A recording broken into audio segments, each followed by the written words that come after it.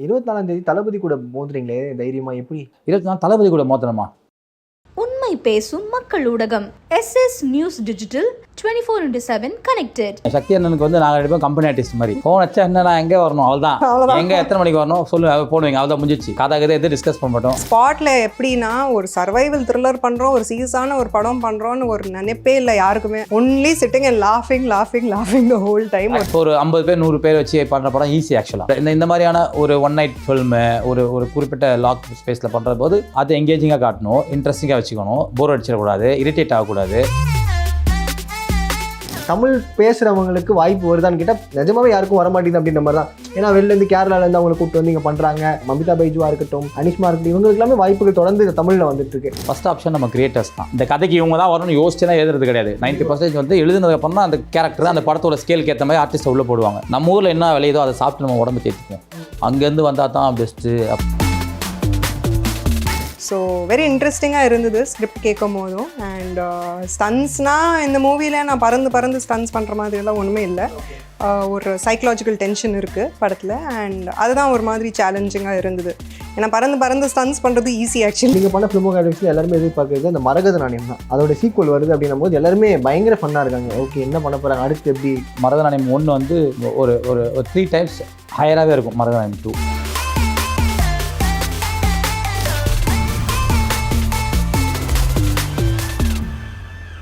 24ஆம் தேதி தளபதி கூட மோதுறீங்களே தைரியமா எப்படி? 24 தளபதி கூட மோதணுமா? ஆமா, எப்படி? சிவகாசி ரீரிலீஸ் வருதுங்க. நீங்க அப்ப யோசிக்கிறாங்க எல்லாருமே, ஓ தளபதி கூடயே தீயோர் கூட இறக்குறீங்களா அப்படின்ற மாதிரி. சிவகாசி வெர்சஸ் நான் அதை யோசிக்கல, நீ கேட்ட கேள்வியை தான் நான் யோசிக்கிறேன். நீ எப்படி கேட்டதுதான் நான் யோசிக்கிறேன். எப்படி நம்ம போடுறாங்க, தளபதி வெர்சஸ் சாக்ஷி டேனி அப்படிலாம் போட்டு. ஓஹோ அப்படிலாம். ஆமா, என்னப்பா தீயோர் கூடும் அப்படின்றாங்க. What is all about the movie? ஏன்னா ஒரு ரூமில் நாங்கள் ட்ரெய்லர் பார்க்கும்போதே வந்துட்டு பயங்கரமாக இருக்குது, சர்வைவர் த்ரில்லர் மாதிரி இருக்குது. கடைசியாக அது ரூம் விட்டு யார் வெளில போனாங்க, இவங்க போலீஸா இல்லை இவங்க ஒரு ஏஜென்ட்டா, என்ன கதனையாக பொருள். ஆனால் இவங்க ரொம்ப நாளாக ஃபிட்னஸ் பண்ணதுக்கு ஒரு பெரிய விஷயம் கிடச்சி ஸ்டண்ட்லாம் பண்ணி மாஸ் பண்ணீங்க. சொல்லுங்கள். ஸோ தியர்கூடம் பார்த்தீங்கன்னா இட்ஸ் சர்வைவல் த்ரில்லர். அண்ட் நம்ம லைஃப்பில் எப்போவுமே ஒரு மைண்ட் செட் இருக்கும் இல்லை, இதுதான் ரைட் அதுதான் ராங்குன்னு. பட் சர்வைவல் வரும்போது அந்த ஸ்டாண்டர்ட் மெயின்டைன் பண்ணுறோமான்னு தான் ஒரு கொஸ்டின் மார்க். அந்த மொராலிட்டி மெயின்டைன் பண்ணுறோமா, அந்த ஃபியர் பயம் நம்மளுக்கு டேக் ஓவர் பண்ணும்போது நம்ம என்ன டிசிஷன்ஸ் எடுக்கிறோம், அந்த ஒரு கொஸ்டின் மார்க் இருக்குது. அது ஐ திங்க் படம் பார்க்குற எல்லா ஆடியன்ஸுக்கும் அது ஃபீல் ஆகும். நான் அந்த சுச்சுவேஷன் இருந்தேன்னா நான் என்ன பண்ணியிருப்பேன்னு அந்த அளவுக்கு ஒரு கொஸ்டின் மார்க் வரும். ஸோ வெரி இன்ட்ரெஸ்டிங்காக இருந்தது ஸ்கிரிப்ட் கேட்கும் போதும். அண்ட் ஸ்டன்ஸ்னால் இந்த மூவியில் நான் பறந்து ஸ்டன்ஸ் பண்ணுற மாதிரியெல்லாம் ஒன்றுமே இல்லை. ஒரு சைக்கலாஜிக்கல் டென்ஷன் இருக்குது படத்தில். அண்ட் அதுதான் ஒரு மாதிரி சேலஞ்சிங்காக இருந்தது. ஏன்னா பறந்து ஸ்டன்ஸ் பண்ணுறது ஈஸி ஆக்சுவலி.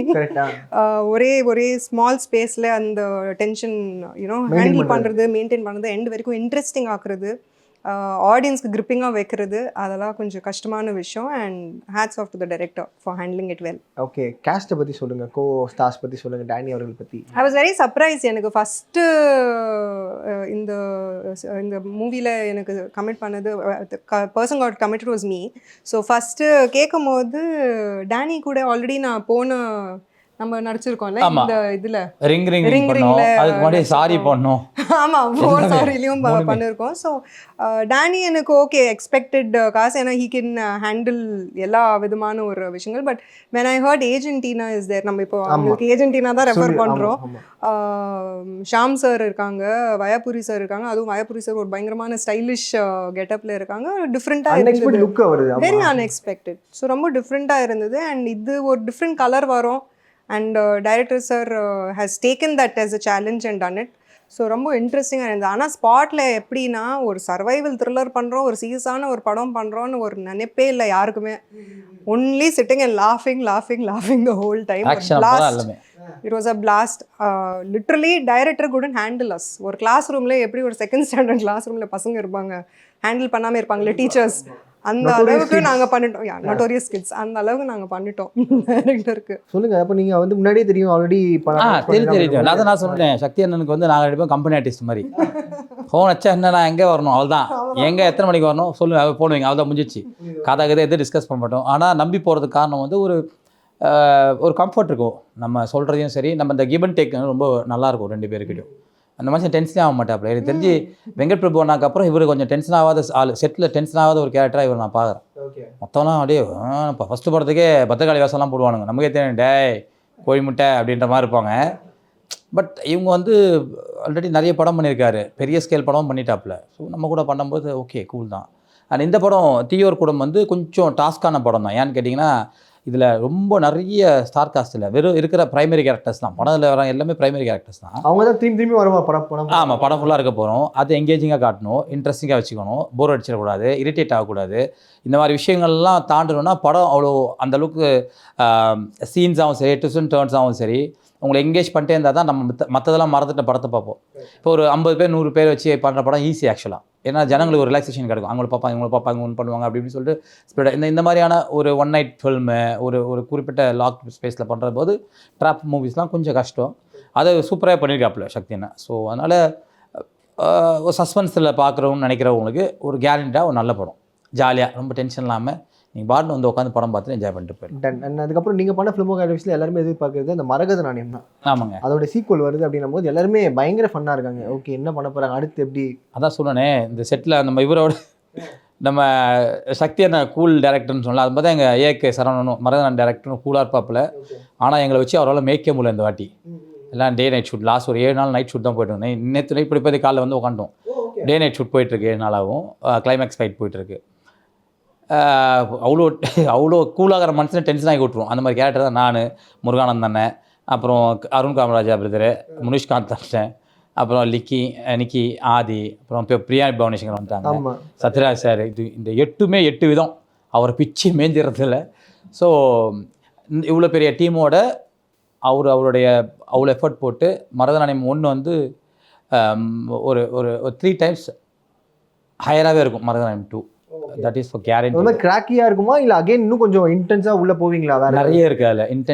இன்டென்சிட்டி இருக்குது, கிராஃபிக்கல் திங்ஸ் நிறைய இருக்குது, விஷுவல் என்ரிச்மெண்ட் சூப்பராக இருக்குது, கதையாகவே சூப்பராக இருக்குது, கேரக்டரோட அந்த டெவலப்மெண்ட் நிறைய இருக்குது, ஒரு கேரக்டர்ஸ்மான டெவலப்மெண்ட் இருக்குது. மொத்தத்தில் ஃபஸ்ட்டு அதான் சீக்வல் 2ன்றது எப்பயுமே இந்த படம் கண்டிப்பாக லிஃப்ட் பண்ணிடும். அதுவும் நம்ம மாதிரி கூட மாதிரி படம் ரிலீஸ் ஆகும்போது ஜனங்களுக்கு நம்ம அடிக்கடி ஒரு படத்து மூலமாக வந்துட்டு இருக்கும்போது கனெக்ட் ஒன்று கிடைக்குது இல்லை. ஸோ அந்த வகையில் மரதநாணயம் going to stand like out ஸ்டாண்டாக தான் இருக்கும். தமிழ் பேசுகிறவங்களுக்கு வாய்ப்பு வருதான்னு கேட்டால் நிஜமாவே யாருக்கும் வரமாட்டேங்குது அப்படின்ற மாதிரி தான். ஏன்னா வெளிலேருந்து கேரளாலேருந்து அவங்களை கூப்பிட்டு வந்து இங்கே பண்ணுறாங்க. ஏன்னு கேட்டால் ஓகே அவங்க வந்து இங்கே இருக்கவங்களோட அதிகமாக பெர்ஃபார்ம் பண்ணாங்க அப்படின்ற மாதிரிலாம் நிறைய சொல்கிறாங்க. அப்போ இங்கே ஒழுங்காக பெர்ஃபார்ம் பண்ணலையா அப்படின்ற ஒரு கேள்வி வருது இல்லை. ஸோ அப்போ எப்படி உங்களுக்கு பார்க்குறீங்க? இப்போ மமிதா பைஜுவாக இருக்கட்டும், அனிஷ்மா இருக்கட்டும், இவங்களுக்கு எல்லாமே வாய்ப்புகள் தொடர்ந்து தமிழில் வந்துட்டு இருக்கு. இந்த மேட்ரு நல்ல மேட்ரு கண்டாது. நம்ம சொல்கிறோம்ல சினிமாலேருந்து வெளியேருந்து கூட்டு வராங்கன்றது, அதை நம்ம இப்படி எடுத்துக்கலாம். ஒரு சின்ன எக்ஸாம்பிள், கோயம்புத்தூரில் சிறுவாணி ஆற்று தண்ணி ரொம்ப டேஸ்ட்டுன்னுவாங்க, ரொம்ப டேஸ்ட். அது அங்கே போனால் கண்டிப்பாக அந்த தண்ணி தான் குடிப்போம், ஏன்னா அங்கே ஈஸியாக அவைலபிள், எடுத்து குடிச்சிக்கலாம். சென்னையில் உட்காந்துன்னு எனக்கு சிறுவாணி ஆற்று தண்ணி குடிக்கணும் அப்படின்னா ஒரு பாட்டில் எடுத்து வந்து குடிக்கலாம், இல்லை ஒரு கேனை தந்து வச்சுன்னு ஒரு 2 நாள் குடிக்கலாம். ஒரு வாரம் நீ ஸ்டாக் பண்ணி குடிச்சுன்னு வச்சுக்கேன், தண்ணியோட டேஸ்ட் மாறிடும், வேஸ்ட்டாக போயிடும். ஆமாம். ஸோ அந்த ஊருக்கு போனால் அங்கே என்ன ஸ்பெஷலோ அதை என்ஜாய் பண்ணிக்கணும். நம்ம ஊரில் என்ன ஸ்பெஷலோ, நம்மக்கிட்ட என்ன ஐடென்டிஃபை டேலண்ட் இருக்கோ அதை ஃபஸ்ட்டு ப்ளெமிஷ் பண்ணணும். நம்ம தேவைன்னா வேறு தவிர்க்க முடியாத விஷயம்னா கொண்டு வந்து நடிக்கலாம். ஃபார் எக்ஸாம்பிள் மதராசா பாட்டின மாதிரி படத்தில் ஒரு இங்கிலீஷ் பொண்ணு தேவைப்படுது, ஒரு பிரிட்டிஷ் பொண்ணு தேவைப்படுது போது you can higher one. I mean you can அந்த கதை டிமாண்ட் பண்ணது நீங்கள் அழகாக ஒரு பிரிட்டிஷ் பொண்ணை கூப்பிட்டு வந்து நீங்கள் நடிக்கலாம், பிரச்சனை கிடையாது. பட் இங்கே அது அப்படியே மாறுது. ஏன்னா நம்ம சோகால் நம்மளுடைய தமிழ் இண்டஸ்ட்ரி, நம்ம இந்தியன் இண்டஸ்ட்ரியிலே வந்து பார்த்தீங்கன்னா எல்லாமே வீட்டிஷ் டோன் தானே, அதிகபட்சம் வீட்டிஷ் டோன் படி பார்த்தா வீட்டிஷ் டோன் தான். ஸோ நம்ம எல்லா படத்துக்கும் செட் ஆகலாம், எல்லா லாங்குவேஜுக்கும் நம்ம செட் ஆகும், பாலிவுட்டு மாலிவுட்டு எதுவாக இருந்தாலும் நம்ம செட் ஆகும். ஆனால் நம்ம ஆளுங்க என்ன பண்ணிடுறாங்கன்னா, ஏதோ ஒரு படம் அங்கே ஏதோ நல்லா படம் ஜெயிச்சிருச்சு அப்படின்னா தூண் நடிக்க வச்சிருவாங்க. இங்கே அவங்க இங்கே தேவையே கிடையாது. ஃபேஸ் வேல்யூ இவங்களே ஒன்று சொல்கிறாங்க. அதான் சொன்ன இவங்களே சொல்லிக்கிறது, மார்க்கெட்டு ஃபேஸ் வேல்யூ இவங்களே சொல்லிக்கிறது. ஏன்னா இப்போது மலையாளத்தில் ஒரு படம், இப்போ நம்ம அதிகமாக கம்பேர் பண்ண மலையாள படங்கள் தானே, மலையாள படங்களுக்குன்னு அவங்களுக்கு ஒரு ரூட் ஒன்று இருக்குது. அவங்க இன்றைக்கின்னு மாறல, அவங்க ரொம்ப வருஷமாகவே அவங்க ஃபில்ம் எல்லாமே வந்து அந்த ரூட்டில் தான் ஃபாலோ ஆகிட்டுருக்கு. ஆனால் நம்ம தமிழ் படம் வந்து ஒரே ரூட்டில் ஃபாலோ ஆகவே இல்லை. நம்ம தான் ஃபஸ்ட்டு கமர்ஷியலை வந்து ரொம்ப இது பண்ணுவோம். ஆஃப்டர் தெலுங்குக்கு அப்புறமா கமர்ஷியல்ன்ற விஷயத்த ரொம்ப ஸ்பெண்ட் பண்ணி பண்ணது நம்ம தான். நம்ம பண்ணுவோம், நம்மளுடைய ஸ்கேலை விட அது மீறி பண்ணுவோம். சிவாஜி படத்தில், ஜென்டில்மேன் படம், எல்லா படமும் பாருங்கள், சங்கர் சார்ன்றவர் வந்து நம்மளுடைய ஸ்கேலை தாண்டி ஒரு படங்கள் கொடுக்க ஆரம்பித்தாங்க, கமர்ஷியல் கொடுக்க ஆரம்பித்தாங்க. ஸோ நம்ம ரூட் டிஃப்ரெண்ட்டாக கமர்ஷியலும் கொடுப்போம், ஒரு அழகான ஒரு ஆர்ட் ஃபிலிம்ஸும் நிறைய பண்ணிப்போம். காஞ்சிபுரம் மாதிரி ஒரு படமோ இல்லை அந்த வாகை சூடா மாதிரி படமோ இந்த மாதிரி படமும் நம்ம கொடுப்போம். நமக்கு எல்லாமே மல்டி டேலண்டான பீப்புள். இதுக்கு வாய்ப்பு கொடுக்குறதும் கொடுக்காததும் ஃபஸ்ட்டு மேட்டர் இந்த டேரக்டரோட ஆப்ஷன் தான். அதுக்கப்புறம் தான் ப்ரொடியூசர்ஸ் வந்து இன்சிஸ்ட் பண்ணுறதா இருக்கும். ஓகே, இல்லை இவங்க படம் நல்லா ஓடி இருக்கு, இவங்களை போடுங்க அப்படின்னு சொல்லி அவங்க செகண்ட் ஆப்ஷன் தான் வராங்க. ஃபஸ்ட் ஆப்ஷன் நம்ம கிரியேட்டர்ஸ் தான். ஸோ கிரியேட்டர்ஸ் மைண்டில் இது ஃபஸ்ட்டு போய் விதையும். எப்படி ஒரு கதை நம்ம உருவாக்கும் போது அந்த கதைக்கு வந்து யாரையும் நம்ம அடிப்படையாக இந்த கதைக்கு இவங்க தான் வரணும்னு யோசிச்சுனா எழுதுறது கிடையாது. 90% வந்து எழுதுனதுக்கப்புறம் தான் அந்த கேரக்டர் அந்த படத்தோட ஸ்கேலுக்கு ஏற்ற மாதிரி ஆர்டிஸ்ட்டை உள்ளே போடுவாங்க. அப்படியே எழுதும் போதே தயவுசெய்து அதை மனசில் வச்சுக்கலாம். நம்ம பக்கத்தில் இருக்குது, நம்ம ஊரில் என்ன விளையுதோ அதை சாப்பிட்டு நம்ம உடம்பு தேர்த்திப்போம். அங்கேருந்து வந்தால் தான் பெஸ்ட்டு அப்படிலாம் இல்லாமல் ஃபஸ்ட் நம்ம ஊரில் இம்போர்ட் பண்ணி பண்ணுவானா. ஆமாம், நம்ம நிலம் சார்ந்த விஷயங்களை நம்ம வந்து பண்ணிப்போம் ஃபஸ்ட்டு. அதுக்கப்புறம் நம்ம எல்லாம் எடுத்துக்கலான்றது ஒரு சின்ன தாட்டு. இது என்ன பெருசாக பேசினுக்குது கூட அவன் நினச்சிக்கிட்டோம். ஆனால் இது என்னோட sharing. Okay, very nice, very well set. எனக்கு என்ன ஒரே ஒரு கேள்வினா, இப்போ பீயிங் இன் இண்டஸ்ட்ரி கண்டிப்பாக நீங்கள் வந்து எல்லாரும் கூட நிறைய பேசியிருப்பீங்க, ஆக்டர்ஸ் கூட, டேரக்டர்ஸ் கூட, ப்ரொடியூசர்ஸ் கூட. அவங்களோட மைண்ட் செட் எப்படி இருக்குன்னு தெரியும். இப்போ திடீர்னு சொல்லுவாங்க பார்த்தீங்களா, திடீர்னு டேரக்டரோட கால் தாண்டி ஹீரோ இன்சிஸ்ட் பண்ணுவார், இந்த ஹீரோனை போடுங்க. அப்போ ப்ரொடியூசர் சொல்லுவாங்க அப்படின்னா யாருடைய கால் கேட்பாங்க? இத்தனை நாளாக கேட்டுருந்தது வந்து இது மாதிரி விஷயம்லாம் இருந்ததுங்க. இப்போ சினிமா ரொம்ப மாறி இருக்கு தமிழ் சினிமாவில். ஃபஸ்ட் விஷயம் பொண்ணுங்களோட சேஃப்டியிலன்னு சொல்கிறேன். நம்ம வீட்டு சகோதரியும் தைரியமாக நடிக்க வைக்க சொல்லலாம் இன்றைக்கி. ஏன்னா சேஃப்டி வந்திருக்கு. ஏன்னா பசங்களாம் கொஞ்சம் சென்சிபிளாக இருக்காங்க. இப்போ வர கிரியேட்டர்ஸாக சென்சிபிளாக இருக்காங்க. இந்த மாதிரியான இந்த ரொம்ப லோ ப்ரொஃபைல் வேலைலாம் எனக்கு தெரிஞ்சு அதிகபட்சம் எங்கேயும் நடக்கலை. எனக்கு தெரிஞ்சு ஒரு 80 to 90% கேரண்டிட்டாக சொல்ல முடியும். நடக்கலடா அடிச்சு சொல்லுவேன். ஆமாம், அடிச்சு சொல்லுவேன் நடக்கலை அப்படின்ட்டு. சேம் டைம் வந்து இந்த மாதிரியான ஈக்குவேஷன்ஸ் நம்ம இவங்க எதாவது சொல்லுவாங்களோ, அவங்க எதாவது சொல்லுவாங்களா, இவங்களை போட்டால் படமே சுமாராக இருந்தால் கூட இவங்க தூக்கி குத்துருவாங்க அப்படின்னு ஒரு பிளைண்டாக ஒரு பிலீஃப் பண்ணுறது. நீங்கள் என்ன ஒரு எக்ஸ்ட்ரானரி ஆர்டிஸ்ட்டை கூட்டத்தை நீங்கள் நடிக்க வச்சாலுமே கதை நல்லா இருந்தால் மட்டும்தான் வேலைக்கு ஆகும். சரிங்களா? அதில் மட்டும் தயவுசெய்து நம்ம இருந்துக்கணும். ஏன்னா இப்போ திடீர்னு இப்போது நம்ம சிம்புக்கு ஒரு நாள் முன்னாடி ஏகான் வச்சு ஒரு பண்ணார். ஏகான் வந்து பில்போர்ட் லிஸ்ட்டில் தி மோஸ்ட் R&B சிங்கர். அவர் தி மோஸ்ட்டு. ஆனால் அவர் இங்கே கொண்டு வந்து பாட வைக்கும்போது ஒன்றுமே ஆகவே இல்லை, புஸ்குன்னு போயிடுச்சு. அப்புறம் ஹிந்தியில் வந்து சிங்கிஸ் கிங்கில் ஒரு பாட்டு ஸ்னூப் டாக் கொண்டு வந்து பாட வச்சாங்க. எல்லாம் இன்டர்நேஷ்னல் ஆர்டிஸ்ட். அங்கெல்லாம் அவங்க பில்போர்டில் பிக் லிஸ்ட் அவங்க எல்லாமே. அவங்கள கூட்டம் நீங்கள் பண்ணும்போது என்ன ஆகுதுன்னா, இந்த ஸ்கேலுக்கு அவங்க தேவையில்லை. ஃபஸ்ட்டு விஷயமே இந்த இடத்துக்கு அவசியம் இல்லை. அவசியம் டிமாண்ட் பண்ணதுன்னா ஒரு 10 வாட்டி யோசிச்சதுக்கப்புறமா அதை கொண்டு வந்து பண்ண வைக்கலாம். ஓகே, அண்ட் இப்போ நீங்கள் என்ன சொல்கிற பற்றி பேசிடலாம். அதான் நீங்கள் பண்ணியிருக்கீங்க, நான் போஸ்டரை பார்த்தேன்னா என்ன இது வாட் இஸ் ஆல் அபவுட்? இது வந்து என்னென்னா லாஸ்ட் இயர் பண்ணது. நம்ம சிகாகோ தமிழ் சங்கம் இருக்காங்கல்ல, TNF சொல்லிட்டு அவங்களுடைய ஜூப்ளிக்காக பண்ண ஒரு ஈவெண்ட். என்னென்னா அங்கே இருக்க தமிழ் மக்களுக்கு ஒரு 300 பேருக்கு வந்து நம்மளுடைய பாரம்பரிய தெருக்கூத்து கலையை சொல்லிக் கொடுத்து அங்கே ஒரே ஸ்டேஜ் சொல்லிக் கொடுத்து உடனே எனாக்ட் பண்ண வைக்கிறது. அதுதான் அதில் ஒரு பெரிய இதுவே. ஸ்பாட்டில் சொல்லிக் கொடுத்து எனாக்ட் பண்ண வச்சு அந்த கின்னஸ் ரெக்கார்ட் வாங்கியிருப்போம். இந்த படத்தில் வந்து உங்களுக்கு பிடிச்ச சீன் இல்லை இது வந்து நல்லா இருக்குப்பா, ஆடியன்ஸ் என்ஜாய் பண்ணாங்கன்னா அதே சொன்னீங்க, ஃபர்ஸ்ட் ஹாஃப் செகண்ட் ஹாஃப்? எனக்கு தியோர் கூடம்ல கடைசியில் ஒரு ட்விஸ்ட் இருக்குது ஃபைனல் கிளைமேக்ஸில். அண்ட் அந்த கிளைமேக்ஸ் ட்விஸ்ட் ஆக்சுவலி எனக்கு ஷூட்டிங் பண்ணுற வரைக்கும் எனக்கும் தெரியாது. ஸ்பாட்டில் தான் எனக்கு டைரக்டர் சார் சொன்னாங்க. ஏன்னா ஸோ தட் அந்த கேரக்டர்லேருந்து அந்த மீட்டர் மாறக்கூடாதுன்னு சொல்லிட்டு, அதனால he didn't inform it to me. ஒரு சர்ப்ரைஸ் எலிமெண்ட்டாக இருந்தால் தான் நல்லா இருக்கும். அதுக்கு அந்த போர்ஷன் எனக்கு ரொம்ப பிடிச்சிருக்கு. இட்ஸ் வெரி பியூட்டிஃபுல்லி டன் அந்த விஷயம். ஸோ கண்டிப்பாக படம் ஃபுல்லாக பார்த்தா தான் அந்த விஷயம் என்னன்னு தெரிஞ்சுக்கலாம். ஓகே, உங்களுக்கு என்ன? எனக்கு அந்த ஷூட்டிங் போகிறதே எங்களுக்கு ஜாலிப்பா. நம்ம படத்தை ஷூட்டிங் வரது ஜாலியாக போயிட்டு பார்த்தா சொன்னேன். அந்த இதில் மேட்ரு துப்பாக்கி கொடுத்தாங்க. ஃபஸ்ட் டைம் துப்பாக்கிலாம் கொடுத்தாங்க. தேவையில்லாமல் சுட்டு ஒரு 470 ரூபா வேஸ்ட் பண்ணிட்டேன். ஒரு புல்லட்டுக்கும் காசில் போட்டு டம்முன்னு தெரியாமல் சுட்டு அதுவும் ஜாலியாக போச்சு. அண்ட் அந்த சின்ன காம்பேக்ட் ரூமுக்குள்ளே ஒரு மர்டர் மிஸ்ட்ரி மாதிரி ஒரு படத்தை பண்ணி அதில் நம்ம ஒரு சீரியஸான கேரக்டர் பண்ணது. I am so happy about it. மொத்த ஹோல் ஃபில்மாகவே. ஏன்னா நம்ம ஃபிலிமோகிராஃபியில் இப்போ நீங்கள் சொல்லுங்கள் பீட் ரஞ்சித்தாக இருக்கட்டும், அதுக்கப்புறம் நீங்கள் வந்து ராஜ்குமார் சார் கூட ஒர்க் பண்ணியிருப்பீங்க.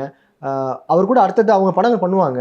அவங்க பண்ணுற படங்கள்லேயே நம்ம அடுத்து இருக்க மாட்டோம் அப்படின்ற ஒரு கேள்வி இருக்கும்ல, அது நம்ம போய் அப்ரோச் பண்ணுறது காரணமா இல்லை அவங்க திடீர்னு அவங்க சொன்ன மாதிரி கதையில் நீங்கள் இல்லை கேரக்டர் இல்லை அப்படின்ற மாதிரியா? கேட்டால் கேள்வி சரியான கேள்வி. சரி, நீ ஆன்சர் பண்ணு ஃபர்ஸ்ட். இந்த மாதிரி மேட்டர் என்ன கோத்து விட்டுட்டு அப்படி பார்க்குது. நான் ஏழை வரணும், நான் வாய விடுறது, அவனுங்க என்னை பேர் எழுதி வச்சு நீ உன கூப்பிடவே கூடாதான்னு ஒதுக்கி வைக்கணும். அதான். பட் ஓகே, எனிவே நம்ம என்ன ராஜ்குமார் அது ரங்கூனில் வந்து சரியான ட்விஸ்ட் இருக்கும். பிளாட்டே நீங்கள் டக்குன்னு கௌதம் கார்த்திக் அவருக்கு அகேன்ஸ்டாக நீங்கள் ஒன்று மாறுவீங்க. எப்படி நானும் பின்னாடியே சுற்றின்னு இருப்பேன் அப்படின்ற மாதிரி ஒரு யார் அன்எக்ஸ்பெக்டடான ட்விஸ்ட். அப்போ அமரன் பண்ணுறாரு இல்லை, அப்புறம் அடுத்து பார்த்தா ஒரு டாக்ஸ் இருக்கு, தனுஷ் அவர்கள் கூட பண்ணுறாங்கன்ற மாதிரி டாக்ஸ்லாம் போய். ஆமாம், நான் வாய்ப்பு கேட்டேன் ராஜ்குமார். ஆக்சுவலி ராஜ்குமார் நான் வந்து என்னோட சீனியர் வேலை ஒன் இயர் சீனியர் தான், நல்ல ஃப்ரெண்டு தான், எல்லாம் ஓகே தான். பட் நான் கேட்டேன், ஐயோ மறந்துட்டேன் டேனியல் அப்படின்னாரு. சரி, ஆமாம் அமரனுக்கு அடுத்து தனுஷ் படத்துக்கு பெருசாக தான் ரோல் இருக்காது எனக்கு தெரிஞ்சு. பட் நம்ம வேறு விஷயங்கள் ஏதாவது நம்ம பண்ணுவோம் அப்படின்னாங்க. சரி ஓகேன்னு விட்டேன். இப்போ எங்கே பிரச்சனை வருதுன்னா, ஐயோ நம்ம கேட்டு அவர் வாய்ப்பு கொடுக்குதுன்ற எண்ணம் நமக்கு வந்துச்சுன்னு வச்சுக்கோங்களேன், அவங்க நம்ம வெறுக்க ஆரம்பிச்சிடும். தேவையில்லாமல் கான்ஃப்ளிக்ட் வரும் நமக்குள்ளே. ஈவந்தோ நானும் கிரியேட்டர்னா அவர் கிரியேட்டர், அவ்வளோதான். அந்த ஒரு பொசிஷனில் நம்ம 2 பேரும் சேஃப் ப்ளே பண்ணிக்கிறது நல்லது. என்ன கேட்டுனா அவன் ஃபஸ்ட் படத்தில் படம் எனக்கு கொடுக்கலையே அப்படின்னு நான் தூக்கின்னு போனாலோ, இல்லை இவனை ஃபஸ்ட் படத்தோட ஒய்ஸ்ட் இனிமேட்டு அவன் நம்ம படத்தை நடிக்கக்கூடாதுன்னு அவர் நினைச்சோட தப்பாயிடும். சினிமா ரொம்ப இது தானே, ரொம்ப சின்ன கனெக்ஷன் தான் எல்லாமே. ஆஸ் அ கிரியேட்டருக்கும் பர்ஃபார்மருக்குமான ஒரு கனெக்ஷன் இப்படி தான் இருக்கும்.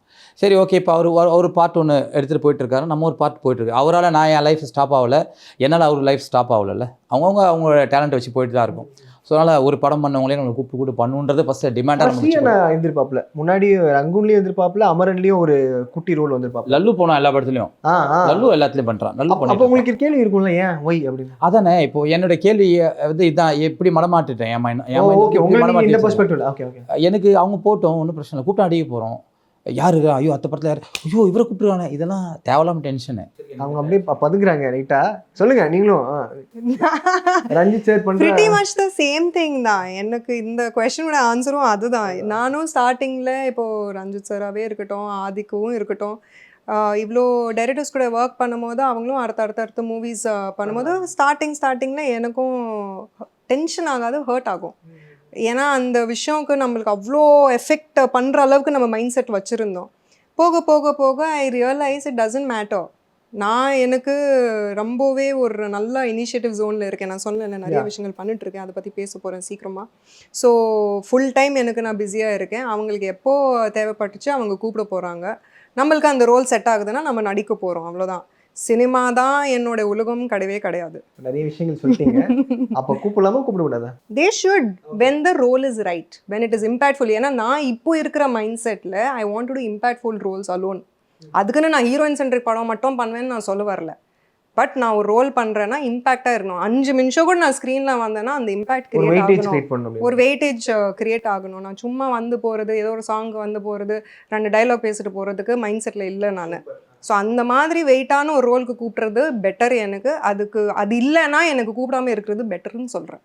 நான் கூட வந்து நான் முடிவு எடுக்கலாம்னு நினைக்கிறேன். சூப்பர் பாயிண்ட் அது ஆக்சுவலாக. ஆமாம், அனபெல் படம் பார்த்தீங்களா? அந்த படத்தில் யார் ஹீரோ? பொம்மை.